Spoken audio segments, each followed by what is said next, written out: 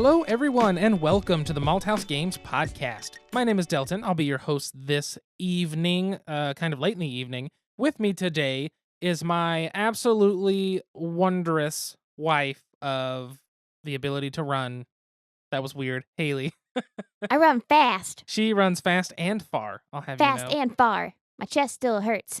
We'll get to that. This is the Malthaus Games podcast. We are a tabletop games podcast where we talk about board games, card games, role-playing games, RPGs, things like that. I said RPGs and role-playing games. It's obviously later than usual. Actually, it's about as late as it has been usual. Oh, is that why they're all bad lately, I feel? Not really. Not bad. Just my jokes. My jokes are poor. I think that's just been always as well. Yeah, shut it. This is episode number 38. Ain't it great? 38, ain't it great? This is the episode that releases on Easter, so Give happy me pancakes Easter on a plate. if you celebrate Easter. If you don't, happy bunny pooping out chocolate eggs day. Happy Fertility Day? Happy Fertility Day. That's the true answer. If you don't celebrate Easter, it is Happy Fertility Day. Get to fertilizing? Is that a thing to tell people? I say yes. 420 is get to blazing. 421 is get to fertilizing. From now on. That works. Okay. I'll take it. But happy Easter, everybody. Happy Easter for those who celebrate. We're going to eat at my mom's house for Easter. I think it's just going to be a very small affair of us and my parents. Fried mushrooms and beer. Yes, going to be delicious. Speaking of beer, let's crack open the first one for this episode. Please and carrots. On the Malthaus Games podcast, we not only talk about games, we drink beer. So today, from Anthem Brewing, my favorite local company, as you know by now, this is the super fancy Apple Saison. It is 7.7% alcohol by volume. The IBUs is 0.001. What? This is nothing but sweetness. So this is going to be probably closer to a cider. Can I read the description this time? If you want to. Here, I want to. It's that white text. Okay. Here we go. Do you like apples? Whether you're getting guzzied up for a night out at an Ivy League bar or at home kicking back with a big steak after a long day's work, sometimes it's nice to feel fancy. Wait, super fancy. Super fancy apple saison is a dry French saison with a hint of apple. Apple. Apple? Apple. Okay, we fibbed. There's a bit more than a hint of apple. There are a few apples. Maybe a bunch of apples. Huh. Let's just say, as far as apples are concerned, we gave it the business. We really gave it the business. I don't get it. Soft bubblegum notes play with subtle fruit tones before being overwhelmed by the unmistakable flavor of tart apple. When shared with friends, you will all be asking each other, how do you like them apples? Okay, I'm never letting you read again. And also, their pun at the end of "how do you like them apples" is just garbage. Did you get the bunch of apples? Yes, I got the bunch of Ha. apples. Ha. Yeah, the "ha" was a Haley sound, not part of the text. Ha. I was confused. I'm really needing this. I'm tired. Really needing alcohol? Yes. It makes me more tired. I have 1 beer and I get more tired. I have 2 beer and I could go to bed. I have 3 beer and I wake up a little. I have 4 beer and I'm very energized. I have 5 to 6 beer and I am not doing well. Delton has 4 beer and he is dancing, but his dancing, as we have said in the past, is him standing in one place, moving side to side while shaking his hands and staring at the ground. To be fair, that's 4 strong beer. Like, this is 7.7%. 4 of those. But it's still 4 beer. It is still 4 beer. That's manageable in an hour. That's true. Okay. Let's smell it first. Give it a nice whiff. Tell them what you think. Smells like apple beer. It smells like a lot of apple. Is it a bunch of apple? It's almost like a cider. I figured it would be because of the sweetness at the back end. Woo! It's very sweet. Very tart. I like it, though. It reminds me of if you carbonated apple juice in the morning and put like a shot of a liquor in it. Yeah, I think that's about right. It's almost sweet enough to be a cider instead of a saison. It's not quite as tart as most saisons. Yeah. I mean, it's very good. Everybody take a drink for Steve. I don't know if you can hear Steve in the background, but my goodness is he meowing under the door. Meow. He's so sad. We need to give him his wet food. Oh, we didn't feed him yet, have we? No, that's We why. have not fed them yet. We left their food out all day, didn't we? Dry food, yes. Crap. Anyway, this is good beer. And Steve's a hungry kitty. Steve's a very hungry kitty. So lately, we've been hanging out, doing the fun stuffs. I went to Brian's last night to play some games, and we played several different games. We also drafted Brian's Cube, which is always a blast. If you happen to like Magic the Gathering, I highly recommend looking into Cube. It does take a lot in terms of cards, and like it's very hard to design, as you've heard from Brian if you listen to our Magic episode. But I beat Brian. I'm just gonna point that out. Sorry, Brian. I know he'll hear this at some point. It was good games, and I'm just happy to have won for once. You're just going to get a random text message at 2:07 on like a Tuesday afternoon that says, "You asshole." That's exactly what it is. That's exactly what it is. Or or he's gonna beat me really badly next time and want to come on and brag about it. And I completely agree that he needs to be able to because I talk a lot of crap on the podcast, and he always gives me shit for it. I know, he doesn't even have a Facebook to, like, call you out publicly and shame you. No, he doesn't, and I'm glad he doesn't because I feel like all of our posts would be like, "Shut up." I don't know, He's something. probably gonna make a Facebook now just to follow Malthaus Games I and don't call think you an I asshole. don't think he would. Facebook is stupid, and I agree with him that it's better not to have one. You'll get on Jessica's.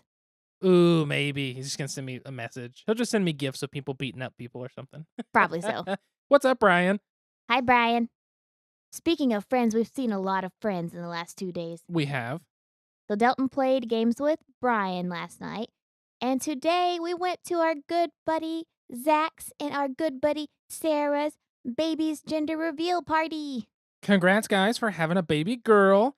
Little Avery Patrice. It is such a cute little name. I'm very happy for them. I am too. It's super exciting, and it's gonna be awesome having them a little girl, which means I can get their little girl super heavy metal onesies because it's amazing. And then they're gonna feel like they have to like the baby wear them when we're around, and it's gonna be Yes. awesome. Just oh, cat ears. Ooh, that's a good one. So your baby's going to get so many cat things, guys. Oh, this baby's gonna have a ridiculous wardrobe that's just like only put this on when Haley and Delton come over. Just very sad, Sorry, Avery Patrice. right? On the way out from that, we actually, thanks to Haley spotting it, saved a chihuahua from the road. Haley chased it like a mile and a half in a field. I sprinted, man. She ran a ways. It was, if you're familiar with Norman, we were driving on Flood Avenue, heading near the highway. And, Just south of that on cube before the highway. and it's 2 lanes of traffic going both sides. And out of the corner of my eye, I spot a little chihuahua. And honestly, it looked like a little Hershey at first. It's just this little dark spot running on the road. So for you all who don't remember, Hershey was our chihuahua who passed away in January. He was about 13 years old. But we're driving down the road, leaving the gender reveal party, and I spot it. And Delton slams on the brakes, puts on the flashers. Thankfully, the person in the other lane sees us, stops, put on their flashers, stop traffic on that side. And that little puppy just takes off across the other side of traffic, which thankfully nobody was there and I was able to run across. But I chased that little bugger for about 1.5 to 2 miles, just sprinting. She was not wanting to be caught. I was in my cute boots and everything. Yeah, Haley was very sweaty after that. I was very sweaty, but it ended up 2 random strangers, Delton and myself, kind of cornered this dog, all 4 of us coming in at one time. It was pretty great. We got her to stop running. She stopped under one guy parked like in her path and stopped and got out and tried to get her to come to him. And she went under his truck and finally relaxed enough to come out and get in his truck. So we took her, went to PetSmart. She didn't have any microchips. Some friends of ours that live in Norman that were at the baby gender reveal, it was Casey, which is Sarah's sister, offered to keep her and post online. And then we ended up getting the owner, I guess, found the posts and they got her back to the owner, which is super exciting. Puppy has been reunified. Puppy has been reunified. We temporarily named her Betty because I can't Yes. let any animal go without a name if it's in my presence for more than 35 seconds. And Betty is the perfect name. Betty. So Betty was found, safe and sound. It was nice to meet you, Betty, if you're listening. It was nice to know you for that hour and 23 minutes. But that's basically been our week this week. Yeah, we've had full adventures the last day. But you know what we have done the last 2 weeks that's been fun? We have been mushroom hunting. It is the only kind of hunting we vegans are legally allowed to do. Haley did not grow up with this like I did, but I grew up mushroom hunting, which is essentially foraging for mushrooms. Now, in Oklahoma, there are 2 main varieties of mushrooms that people know to eat. I'm going to say one, really. The other in the fall is less known, but it's our favorite. In the springtime in Oklahoma, around the time the cherry blossoms bloom, we get morels. In the Central America, in the Central U.S., there's a little bit of that. To the East Coast, there's a lot, and the West Coast, I don't think have many at all. I don't think so. Not according to the Morel Facebook page I follow. Yeah, that's right. I forgot about that page. But what it is in the springtime, after a big heavy rain, when it warms up in the next day, morels take 15 minutes to go from nothing to fully sprouted. And they're these little hollow mushrooms that look like brains on stems. They're really weird, but they are absolutely delicious when battered and fried. Oh my gosh, yes, which we have had 3 times in the last week? 3 times in the last week, and we will have more at Mom's tomorrow. Yes, we will, because Delton's mother and father found a 5-gallon bucket's worth, and then Tammy also filled up the bottom of her shirt with them. Yes, she did. These morels, they're delicious. They're super fun. And if you want to buy them in the store, being that these morels, from what I understand, these mushrooms cannot be farmed. Like, we have not figured out how to grow them. So if you go to buy a morel mushroom, one single mushroom at some place like Whole Foods, which is the only place I've ever seen them sold, you'll be spending $11 for one mushroom. And it's dried. And it's dried. It's not even fresh. It's like 1 ounce of dried mushroom for like $15 or 2 ounces for $15 or something like that. Expensive. It's very expensive. We're getting fresh ones at 5-gallon buckets full. It's insane. Hashtag blessed. Exactly. They are absolutely delicious. In the fall, we get a type of oyster mushroom that grows on dead tree trunks, especially oak and elm. And they are better tasting if you cut them into long, skinny strips. So good. So excited for those in the fall. These are literally the only mushrooms Delton will eat. Just about. Oyster mushrooms, morels, and a couple other specific kinds in different... they're usually in Asian dishes. If we get like a ramen or a pho or something like that, there's certain mushrooms I like. Or Jinwen's hot pot. Yes, Jinwen's hot pot. But that's what we've been doing, is hunting those mushrooms. We've been hunting these mushrooms by foot and by card. That's really, really bad, but I'll keep it. Oh, here's the door. It's straight ahead. It's a game. It was really, really good. It got the point across. I guess it did. We played Morels. So, the game for today's episode is a game called Morels, and you see why we chose this game. Because we've been hunting morels and eating them like crazy. It is Morels Strategic Foraging and Feasting for 2. It is a game designed by Brent Povis and art by Vince Dorse. It comes from Two Lanterns Games. It is a 2-player only game, and it was put out in 2012. Is that right? Yes, according to BGG. Okay, according to BGG 2012. Now, there is a new expansion called Morels Foray, and I do not have that. That is something I am wanting to get because if I remember correctly, now I have not looked this up, if I remember correctly, you can play with 4 people. Yes, I think that's what, because we watched the video when it was on Kickstarter. Did we? Yes. Okay, I think I missed the Kickstarter and had watched it a couple days after or Yeah. something. But I want to get that at some point. However, the base game Morels is very good. It's a game we really like. It is a set collection game where you have 8 different mushroom cards building up a forest. You are taking cards from that forest and trying to cook them in sets of 3 or more to gain points to hopefully win the game with the most points by having the most mushrooms 8 at the end of the game. The game's very simple. You can collect, I think it's porcini mushrooms. You can get chanterelles, hen of the woods, lawyer's wig. There's all kinds of mushrooms in this. Shiitake. Just sounds like you're making up stuff at this point. It does. It sounds like I'm making up stuff. But speaking of making up stuff, we'll get to that later. Will we? Oh, yes, we will. Ha ha ha ha ha. Foreshadowing. Why does anyone listen to our podcast? I have no idea at this point. I have no idea. So basically, the way this game works is there is the forest, which is 8 cards set up. On your turn, you're going to be most likely taking those cards, or a card from that setup. Then one card, whichever is closest to the like entry into the quote unquote woods token, is going to go into the decay, which builds up to 4 cards and then resets at 1, builds up to 4 over and over. So on your turn, if you want to take mushrooms, you either take from the closest 2 to the entry to the forest, unless you use walking sticks, or you can take the decay, which is kind of like what your opponent has sort of thrown to the side. So it's a really simple set collection game. I mean, there's not like a ton of complexity to this game or anything like that, but it's one of those games where you want to keep an eye on the numbers of each mushroom type, and getting walking sticks is important, but do you want to sell these mushrooms for walking sticks when you can save them to get points at the end? And there's a little bit of hand management. It's just a really neat little package of hunting for some mushrooms, picking them, and just trying to cook as many as you can to beat your opponent. And trying to remember if in real life you've actually seen these mushrooms. Yes. Now, I did find out Oklahoma does have chanterelles and hen of the woods in eastern Oklahoma. Oh, I didn't know we had chanterelles as well. Those are like 3-point mushrooms in the game, man. Why aren't we collecting those? I think those are 4-point mushrooms, Ah, snap. They must be real good.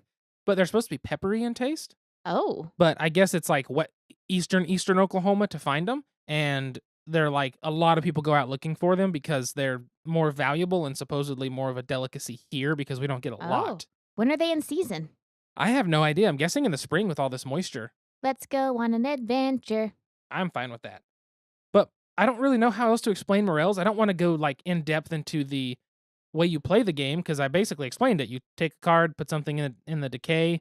You can put a pan down. You can get a basket to increase your hand limit. That's essentially it, I guess. But what I enjoy about this game is one, its simplicity. Two, it's got options. So if you don't want to take one of the first two cards, you can use walking sticks to go further in those 8 cards that make up your quote unquote forest. Then, if you don't want to take any of those, you can always take what's in the decay, which your opponent has kind of basically passed on. I think I really like that because if you were next to go and I really wanted one of the cards and you didn't take it, I still have a chance. Right.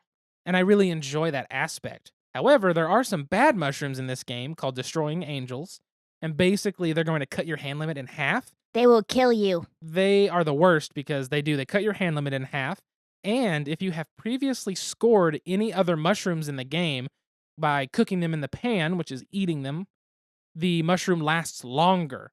And so your hand limit is cut in half for a longer amount of time. So that can dissuade you from taking the 1 through 4 cards in the decay. However, I still think sometimes it's worth it because you get to do that.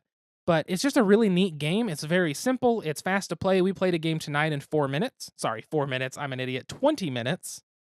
And we've played it, I don't know, probably 5 or 6 times, if not more than that now. Oh, we've played it a lot more than that. We've had it a long time. When we first got it, because this is from that's 2012. When we first got this, we played the hell out of this. Because I got this before I had my app that I track my plays. Right. And we have 5 plays in the app, so we've probably broken 10 on this one. This came out the year we got together.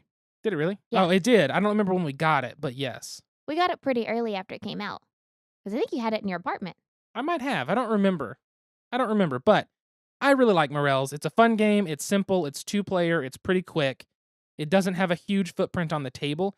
In the rules, there is an optional setup for a circular play area rather than linear. The linear way, you're going to have to be sliding cards every turn. The circular way, you just move a token. And so I like that way a little bit better, although it does tend to get a little sloppy at times, and you have to like pause, straighten it up, and then continue. I think this was the first 2-player game we ever bought. This might be actually the first 2-player only. Yeah. I think so. Now that you're saying that, it sounds right. I don't know if it is right, but it sounds right. I say a lot of things that sound right because they are. All of them. I don't know. Everything. You about ready for the second beer? I'm almost ready for the beer, but one more point about Morels. Something else that I really, really enjoy about Morels is the fact that the theme is very unique and different and honestly kind of weird. Hey, what can I get you? I'd like a topic. Any special way? Make it a top shelf topic. Coming up. Enjoy. So for today's topic, I wanted to discuss weird themes in games. So not just unique themes, but I wanted to discuss actually what we kind of consider weird themes, or maybe not weird, just different. Well, because we've kind of touched on unique themes before, but I think unique and maybe obscure is the better term. obscure. I like that. Obscure themes. Because I don't think I've come across a theme that I've necessarily not liked, except for Sky Traders. That game can go die. Yeah. Because that theme was racism. And sexism. And sexism. At least all the artwork was. If they handled the artwork better, it would have been fine, but they didn't. I'm just salty. She is salty. But it's not that we don't like any of these themes. In fact, these obscure themes that we're going to talk about are often what have brought us to the game, what drawn us to it. I mean, having an obscure theme is why I bought Morels in the first place, aside from a few sources said it was very fun. Like, a lot of people do enjoy the game, which is, I enjoy the game as well. But for me, it was the theme of going through a forest hunting mushrooms I thought you would enjoy. And that was a big reason to me buying it, was because of this, obscure theme. And see, I was married. I married into the hobby. Whenever I met Delton in 2010, he said he was a board gamer. Then whenever we got together as a couple in 2012, I was like, I play Monopoly. I like apples to apples. But really, any of the more, I don't know, complex board games, all I thought about was medieval theme or Trading in the Mediterranean. trading in the Mediterranean or fantasy. That's what I thought board gaming was. But now my eyes are open to a whole new world of mushroom themed board games and more. Mushroom themed board games and more. And Morels. Oh, I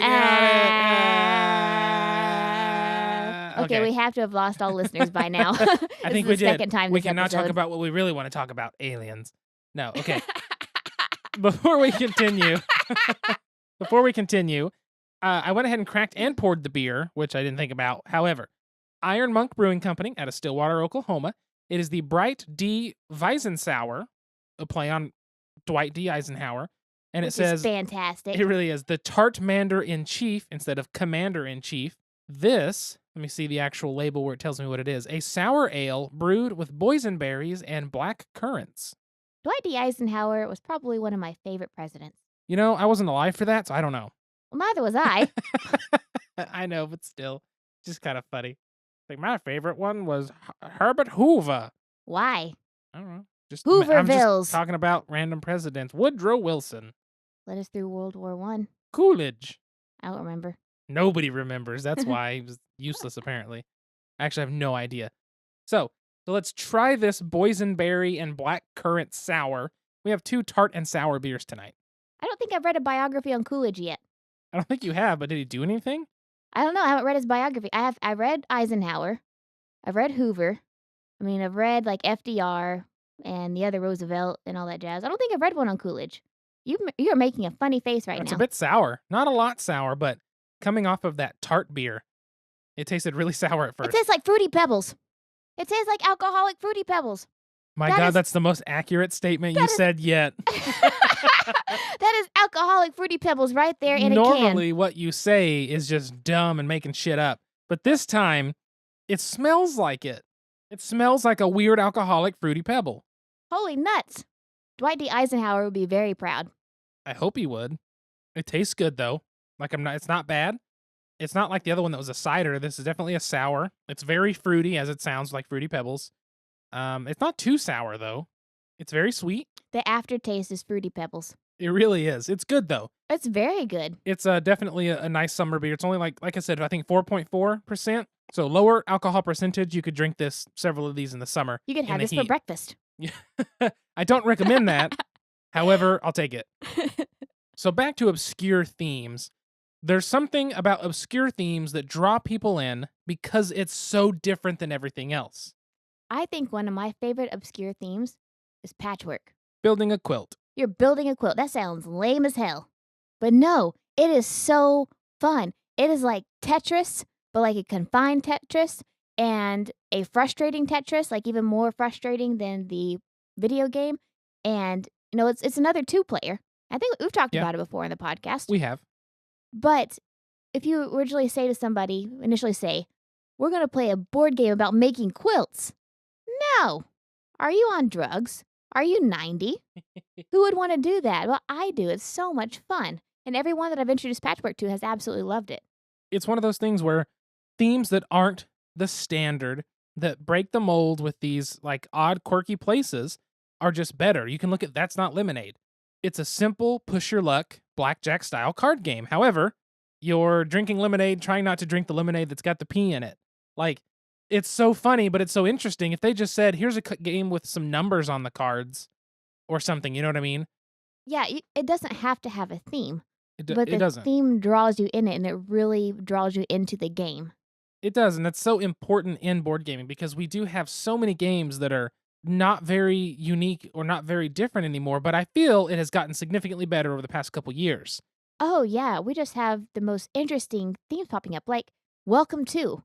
You are planning a neighborhood. You're like doing property development. You're doing property development. Sounds lame as shit. Are you 44 years old? Have you been at the same company since 1982? I don't know. Sounds lame. But you know what? It's really fun. It's really awesome. And all my properties always have pools. And I'm proud of that. The ones that need pools get pools. I will put in extra pools. I won't get any points for them, but I'll draw them in. Oh my gosh. And then we've got something like Churrascaria. It's from a local company called Absurdist Productions here in Oklahoma. It's their Kickstarter game that we got. And it's all about a churrascaria. What is it? It's a Brazilian barbecue. Is that correct? You're asking a vegan. I can't remember the country, but it's a form I of think it's Brazil. like spit barbecue. And it's all about eating the most meat and taking people's food off their plates and trying to eat the most meat to get the most points. But it's such an obscure, different theme, but that makes it so much more interesting. If it was just a game where you're like, you put a card down with some numbers on it and take your friend's numbers, it's like, that's stupid. But then add a theme like that you can add mechanics to, like Welcome to, you add mechanics based on the theme and it just changes things. Where if they were something that was medieval or something that was fantasy, it would just be old. And not that there's anything wrong with those themes, but They're overplayed. they're overplayed. Or There's a they lot. were for a long time. They were for a long time. It's gotten so much better. It's like the renaissance of board gaming right now.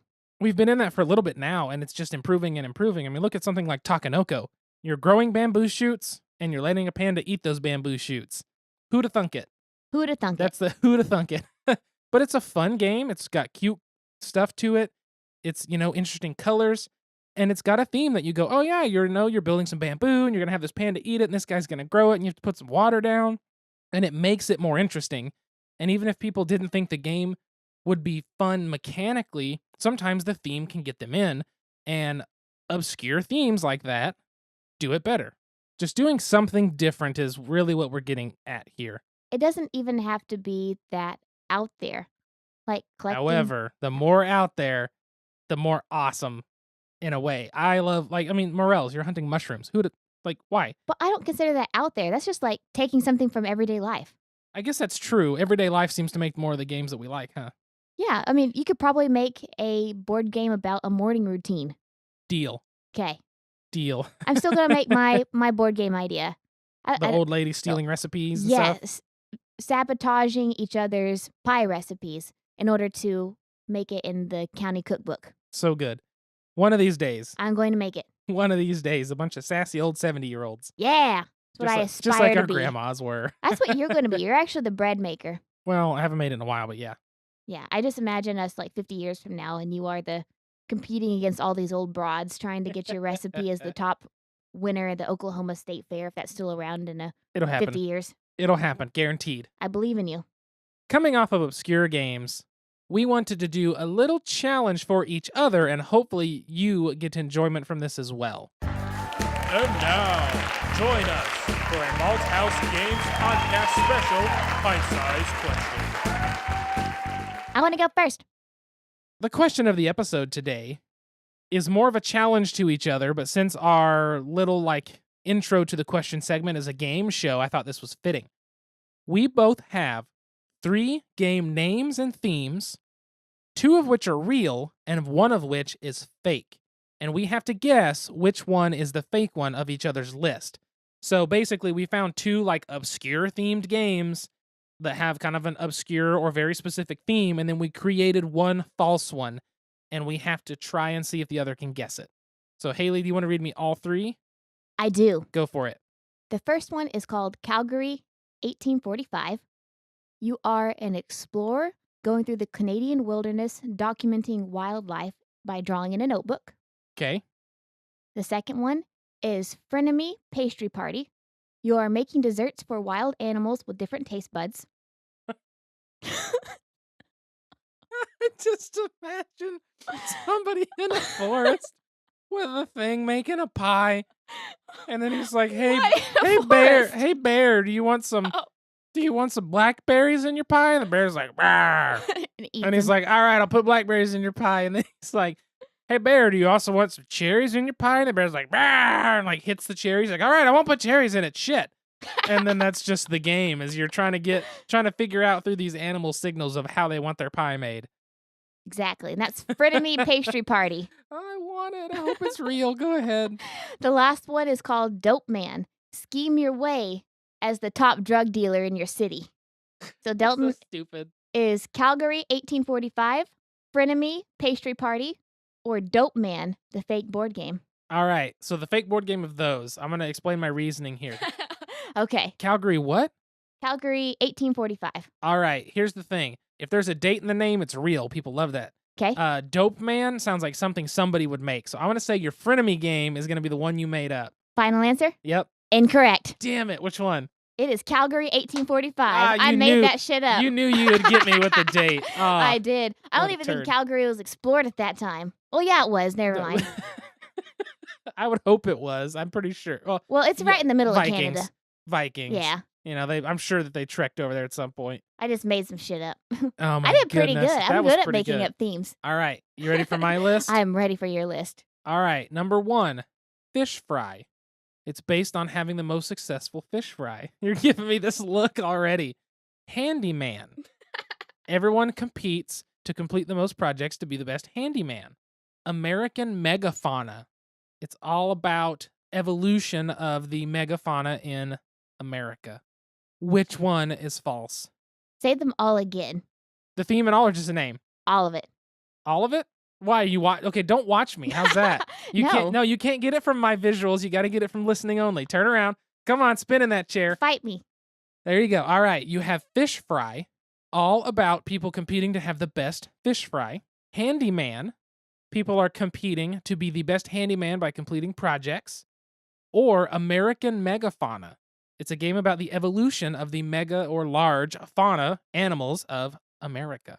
I'm going to say fish fry is the fake one because it has the shortest description.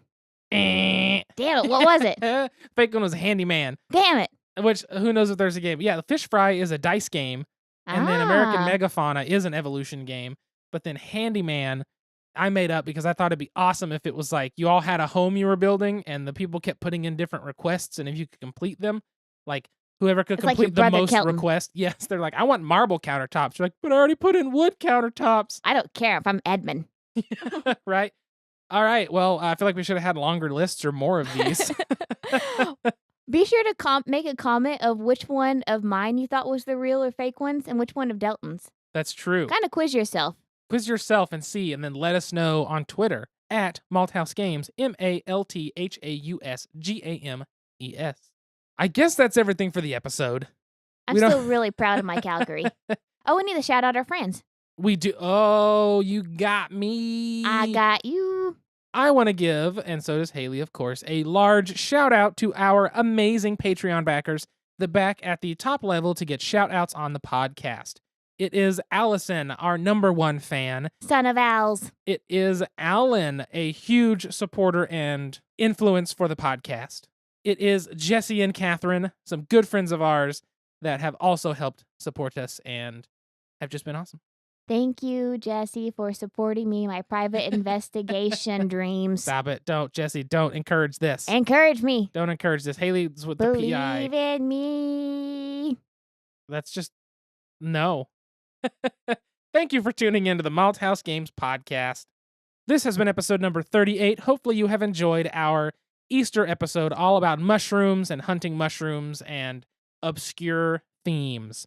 If you want to get at us on Twitter or Facebook or Instagram, Don't forget fertility. and fertility. Don't forget fertility. We are at Malthaus Games, MalthausGames, like I said before, Malthaus Games. If you would like to email us a question to answer in the question segment, a topic to cover, or even maybe a game to look at, send us an email, contact@malthausgames.com. If you want to find me personally, I am at Delton Brack, DeltonBrack. Haley is at SQUIRRELYGEEK. Squirrely Geek.